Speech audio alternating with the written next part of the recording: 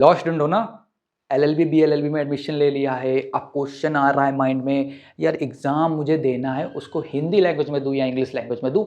सफल वकील मुझे बनना है, आपको भी बनना है ना, हाई कोर्ट सुप्रीम कोर्ट तक जाना है। उसके लिए कौन सी लैंग्वेज ज़रूरी है, हिंदी या इंग्लिश लैंग्वेज ज़रूरी है? जुडिशरी का एग्ज़ाम भी क्रैक करना है, उसके लिए कौन सी लैंग्वेज ज़रूरी, हिंदी इंग्लिश या इसके अलावा भी कोई लैंग्वेज ज़रूरी है क्या? साथ ही साथ आपने 12th क्लास आपने कंप्लीट किया इंग्लिश मीडियम से एंड साथ ही साथ आप साइंस साइड स्टूडेंट भी थे। तो ये प्रॉब्लम है भाई, इंग्लिश हिंदी चुने या इंग्लिश चुने समझ में नहीं आ रहा, ना तो हमको हिंदी सही से आती है ना हमको इंग्लिश सही से आती है, तो अब हम क्या करें?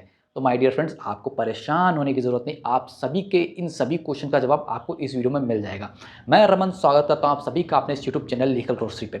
दोस्तों, ये जो टॉपिक हम डिस्कस करने वाला है हिंदी वर्सेस इंग्लिश, इसमें मैं ना हिंदी लैंग्वेज को बुरा कहने वाला हूँ ना इंग्लिश लैंग्वेज को बुरा करने वाला, तो इस कॉन्सेप्ट को आप लोग बिल्कुल माइंड से हटा दीजिए। मैं यहाँ पे बात करने वाला हूँ लॉ की फील्ड में, कोर्ट के अंदर जो लैंग्वेज यूज़ होती है उस लैंग्वेज के बारे में बात कर रहा हूँ। आप इसको डेली यूज लैंग्वेज के बिल्कुल कंपेयर मत करना, जो हिंदी वर्सेस इंग्लिश की डिबेट हमारे देश में छिड़ती है उससे बिल्कुल कंपेयर इसको मत करना। मैं यहाँ पे बात करने वाला हूँ रियलिटी की, जो आपके लिए ज़रूरी है। ओके, तो देखिए बात करते हैं कौन सी लैंग्वेज सबसे ज़्यादा डिफिकल्ट है दोस्तों। तो नो डाउट दोस्तों, हिंदी लैंग्वेज बहुत ज़्यादा डिफिकल्ट होने वाली है आप सभी के लिए। जो हिंदी में वर्ड्स होंगे लॉ के, वो आप समझ में नहीं पाएंगे। और दोस्तों, कुछ वर्ड्स आपको ऐसे Hindi medium as a Hindi student आप समझ सकते हैं कि आप हिंदी प्लस इंग्लिश को लेकर साथ में चलेंगे। कुछ वर्ड ऐसे हैं जिनका ट्रांसलेशन ही नहीं किया गया हिंदी मीडियम में। सो मेरा तो यही मानना है दोस्तों, इंग्लिश मीडियम काफ़ी ज़्यादा ईजी रहता है, लॉ की फील्ड में काफ़ी ज़्यादा ईजी रहता है, हिंदी में बहुत ज़्यादा डिफिकल्ट होने वाला है। तो दोस्तों, ये होगा हमारा डिफिकल्ट कौन सी लैंग्वेज होती है। हिंदी लैंग्वेज काफ़ी ज़्यादा डिफिकल्ट होती है as compare to English language.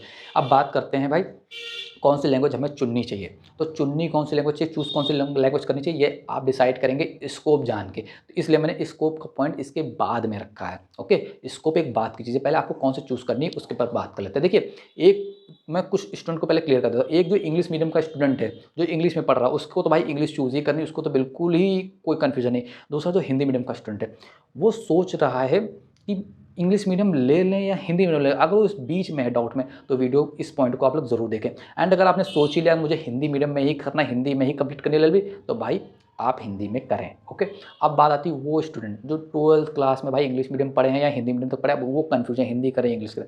तो भाई कोई बात घुमा फिरा के आपसे नहीं कहना चाह रहा हूँ, सीधा आपसे कह रहा हूँ इंग्लिश मीडियम चूज़ कर लो, इंग्लिश मीडियम से करो। थोड़ी इंग्लिश आती कोई दिक्कत नहीं, सीख जाओगे। इंग्लिश मीडियम से एलएलबी करो, बीएलएलबी करो, इंग्लिश मीडियम से करो। ओके, अब वो क्यों कह रहा है वो भी आपको बताऊंगा।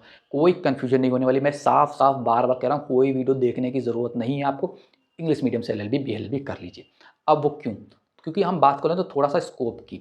अब इससे आपके थोड़े थोड़े पॉइंट और क्लियर हो जाएंगे। स्कोप, देखिए स्कोप की बात करें तो इंग्लिश मीडियम में काफ़ी ज़्यादा स्कोप है लॉ की फील्ड में as compare to Hindi medium. Okay, अब वो मैं क्यों कह रहा हूँ, देखिए अब अगर आप हिंदी मीडियम के स्टूडेंट हैं तो आपके सबसे ज़्यादा डिफिकल्टीज़ क्या होने वाली है। देखिए, जो आपके पास आप हिंदी मीडियम पढ़ रहे हैं ना, तो आप हिंदी मीडियम पढ़ रहे हैं तो आपके पास सबसे ज़्यादा डिफिकल्टीज़ क्या है कि जो भी आपके ऊपर अपर कोर्ट जो भी हैं, हाई कोर्ट है, सुप्रीम कोर्ट, उसके जो जजमेंट आते हैं दोस्तों, वो इंग्लिश में आते हैं, हिंदी में नहीं आते। जो भी जजमेंट्स आते हैं वो इंग्लिश में आते हैं, तो आपके लिए सबसे बड़ी प्रॉब्लम ये है। दूसरी चीज़, इंग्लिश जब आप हाई कोर्ट और सुप्रीम कोर्ट की बात करते हो, वहाँ पर जो भी प्रैक्टिस होती है, जो भी डिबेट्स होती है, जो भी बातें आर्गूमेंट्स वगैरह होती है कोर्ट में, वो इंग्लिश लैंग्वेज में होती हैं दोस्तों। तो इसमें भी आपको प्रॉब्लम आएगी। तो कहने का मतलब है कि एक तरह से आपका दायरा बिल्कुल कम हो जाएगा, किसके around, subordinate court and district court के पास। वहीं अगर आप इंग्लिश मीडियम के स्टूडेंट को देखें तो अगर उसको इंग्लिश आती है, भाई सुप्रीम कोर्ट के जजमेंट भी पढ़ सकता है, हाई कोर्ट के भी जजमेंट पढ़ सकता है, एंड वो डिस्ट्रिक्ट कोर्ट में भी पढ़ सकता है। एंड वो डिस्ट्रिक्ट कोर्ट में पहले प्रैक्टिस करेगा, सुप्रीम कोर्ट हाई कोर्ट भी चला जा सकता है क्योंकि इंग्लिश उसकी स्ट्रांग होगी, एंड वो सुप्रीम कोर्ट तक भी प्रेफर कर सकता है। ओके, तो एक बहुत बड़ा डिफरेंस है दोस्तों, इस चीज़ को समझिएगा। उससे भी बड़ा डिफरेंस एक चीज़ मैं आपको बताने वाला हूँ।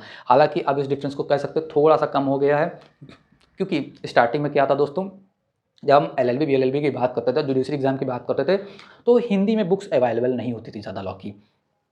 आज भी इंग्लिश में जो ज़्यादा बुक आपको, सबसे ज़्यादा बुक्स जो आपको लॉ की मिलेगी, अलग अलग पब्लिकेशन की मिलेंगी, वो आपको इंग्लिश में ही मिलेंगी ज़्यादा, हिंदी में बहुत कम आपको मिलेगा प्रिंटेड मटेरियल। बट हाँ, पहले से ज़्यादा अवेलेबल है। अब बात करते हैं नॉवल वगैरह जो इंग्लिश के आते हैं, बायोग्राफी वगैरह, बहुत बड़े बड़े एडवोकेट्स के जो बुक्स लिखते हैं लॉ की, वो भी आपको कहाँ मिलेगी, इंग्लिश लैंग्वेज में मिलेगी। मोस्टली जो आपके लॉ के कोर्सेज होते हैं, जो आप देख सकते हैं काफ़ी सारे लोग कोर्स प्रोवाइड कराते हैं, वो भी आपको किस लैंग्वेज में मिलेंगे, इंग्लिश लैंग्वेज में मिलेंगे। अब उसका फ़र्क क्या, देखिए जब आप हाई कोर्ट या सुप्रीम कोर्ट में जाते हैं तो वहाँ पे कई लैंग्वेज के लोग आते हैं। मान लीजिए सुप्रीम कोर्ट में आप जाते हैं, कुछ आप मान लीजिए मराठी से कोई कैसा, किसी का गुजराती से, अगर किसी पार्टी का हिंदी में गया, तो कोर्ट के पास वैसे भी बर्डन रहता है काफ़ी सारे केसेस के। अब वो क्या ये करेंगे कि एक पक्ष का वो गुजराती में सुनेंगे, एक पक्ष का मराठी में सुनेंगे, एक पक्ष का हिंदी में, एक पक्ष का इंग्लिश में, तो इससे काफ़ी ज़्यादा प्रॉब्लम होगी। इसलिए इंग्लिश कॉमन लैंग्वेज वहाँ पे यूज़ हो रही है दोस्तों, क्योंकि इंग्लिश में आप आइए, इंग्लिश में सारे आर्गूमेंट्स होते हैं। एंड इसका कहीं ना कहीं एक रूल ये भी दोस्तों दे सकते हैं, क्योंकि जो भी हमारा लॉ है, लीगल वर्ड वगैरह है, वो सब इंग्लिश में है, इंग्लिश लॉ से डिराइव किए गए हैं दोस्तों।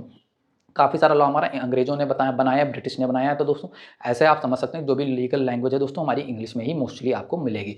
तो आपको इंग्लिश इसलिए करनी चाहिए, प्रेफ़र करनी चाहिए। आप हिंदी मीडियम के स्टूडेंट आप निराश मत होइए। आप हिंदी से कर रहे हैं एलएलबी कोई दिक्कत नहीं है, आप एग्ज़ाम हिंदी में दे रहे हैं कोई दिक्कत नहीं है, आप दीजिए एग्ज़ाम। लेकिन एक चीज़ मैं आपसे बता रहा हूँ, हो सकता है आपके कॉलेज के टीचर, प्रोफ़ेसर आपसे कहें कोई दिक्कत नहीं, आप कर लो सब हो जाएगा, जज वज सब बन जाएगा। मैं आपसे आज एक चीज़ बता रहा हूँ प्रैक्टिकली, आप हिंदी मीडियम से कोई दिक्कत नहीं, आपको गर्व होना चाहिए कि आप हिंदी मीडियम से कर रहे हो क्योंकि सबसे डिफ़िकल्ट लैंग्वेज में आप लॉ की पढ़ाई कर रहे हैं। लेकिन साथ में आपको इंग्लिश सीखनी बेहद ज़रूरी है। मैं कुछ एडवोकेट्स को जानता हूँ, जो सिर्फ़ ना कि हिंदी इंग्लिश साथ में गुजराती, मराठी यानी कई लैंग्वेज जानते हैं, उर्दू, संस्कृत कई लैंग्वेज जानते हैं। तो उनका बेनिफिट क्या होता है? जब आप क्लाइंट से मिलते हैं, मान लीजिए कोई क्लाइंट आपके पास आता है, उसको गुजराती लैंग्वेज आती है, आपको नहीं आती है एंड आपके पास केस आया काफ़ी अच्छा, तो आपके पास अगर जितनी ज़्यादा लैंग्वेज होगी आप उतना ज़्यादा उससे अच्छे से कन्वर्सेशन कर सकते हैं। जितना अच्छा आपकी उसके साथ कम्युनिकेशन होगी, कन्वर्सेशन, उतने अच्छे से आप उसके पॉइंट्स को समझ पाएँगे, लिख पाएँगे, आर्गुमेंट पेश कर पाएँगे। तो ये बहुत बड़ा पॉइंट होता है आपके लिए, प्लस पॉइंट होता है। तो ये लॉ क्या है यार? लॉ एक स्किल डेवलप करना है अपने आप को। एक एडवोकेट क्या है भाई? उसके अंदर जितनी ज़्यादा स्किल होंगी उतना ज़्यादा सक्सेसफुल होगा। सिर्फ पढ़ाई करने से, ये जो बुक्स रटने से आप एक सक्सेसफुल एडवोकेट बिल्कुल नहीं बन सकते।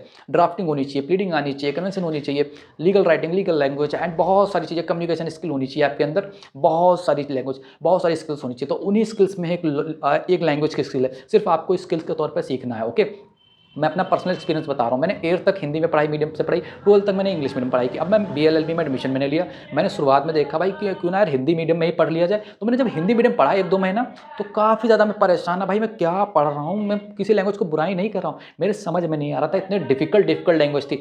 बट मैंने जहाँ इंग्लिश पढ़ना स्टार्ट किया, मैंने सोचा यार ठीक है, मुझे ना हिंदी सही से आ रही थी, उससे मैं ना इंग्लिश सही से आ रहे थे। बट मैंने सोचा क्यों ना जब मुझे सीखना ही अच्छे से, तो मैं इंग्लिश लैंग्वेज को प्रेफ़र करूँ, इंग्लिश को अच्छे से सीखता हूँ। तो मैंने इंग्लिश लैंग्वेज को प्रेफ़र किया, मैंने इंग्लिश लैंग्वेज सीखने की कोशिश की और आज मेरी इंग्लिश स्ट्रांग हो गई है। दोस्तों कहने का मतलब ये है कि आप प्रैक्टिस करिए इंग्लिश लैंग्वेज की। आप हिंदी मीडियम से इंग्लिश मीडियम, डोंट वरी, आपको इंग्लिश प्रेफ़र करनी है, आपको इंग्लिश पढ़नी ही पड़ी, कंपल्सरी है। मैं सीधी बात बता रहा हूँ, आपको इंग्लिश कंपल्सरी पढ़नी ही पढ़नी है। आप एग्ज़ाम चाहे हिंदी मीडियम से दें, चाहे इंग्लिश मीडियम में दें, आप एग्ज़ाम पास होने के लिए किसी भी लैंग्वेज में दो, उससे मुझे मतलब, मेरा कहने का मतलब उससे कोई मैटर नहीं पड़ता। बस आपको इंग्लिश लैंग्वेज, आपको कैरियर बनाना है, आपको इंग्लिश लैंग्वेज आनी चाहिए। आई होप दोस्तों मेरी कहने का मतलब आप समझ गए होंगे। मेरे कहने का मतलब ये वीडियो आप सभी के लिए हेल्पफुल होगी दोस्तों। एक छोटा सा पॉइंट है, कॉलेज वाले ध्यान नहीं देंगे दोस्तों, कोई गाइडेंस नहीं प्रोवाइड करेगा। तो आपको क्या करना है, आपको बताना है कि सबसे पहली चीज़ कि क्या ये आपकी प्रॉब्लम है या थी कभी, तो कमेंट बॉक्स में बता देना। एंड आपकी कोई भी प्रॉब्लम हो, कोई भी शिकायत हो, तो दोस्तों प्लीज़ कमेंट बॉक्स खाली है, भर दीजिए, कमेंट करिए और वीडियो लाइक करिएगा। अगर वीडियो पसंद आई हो दोस्तों, आपकी प्रॉब्लम सॉल्व हो गई, तो प्लीज़ बताना दोस्तों। थैंक यू सो मच दोस्तों, वीडियो देखने के लिए बहुत बहुत धन्यवाद। Telegram channel, social media link सभी आपको डिस्क्रिप्शन में मिलेंगे, फटाफट से फॉलो कर लो, ज्वाइन कर लो। Thank you so much, video देखने के लिए बहुत बहुत धन्यवाद।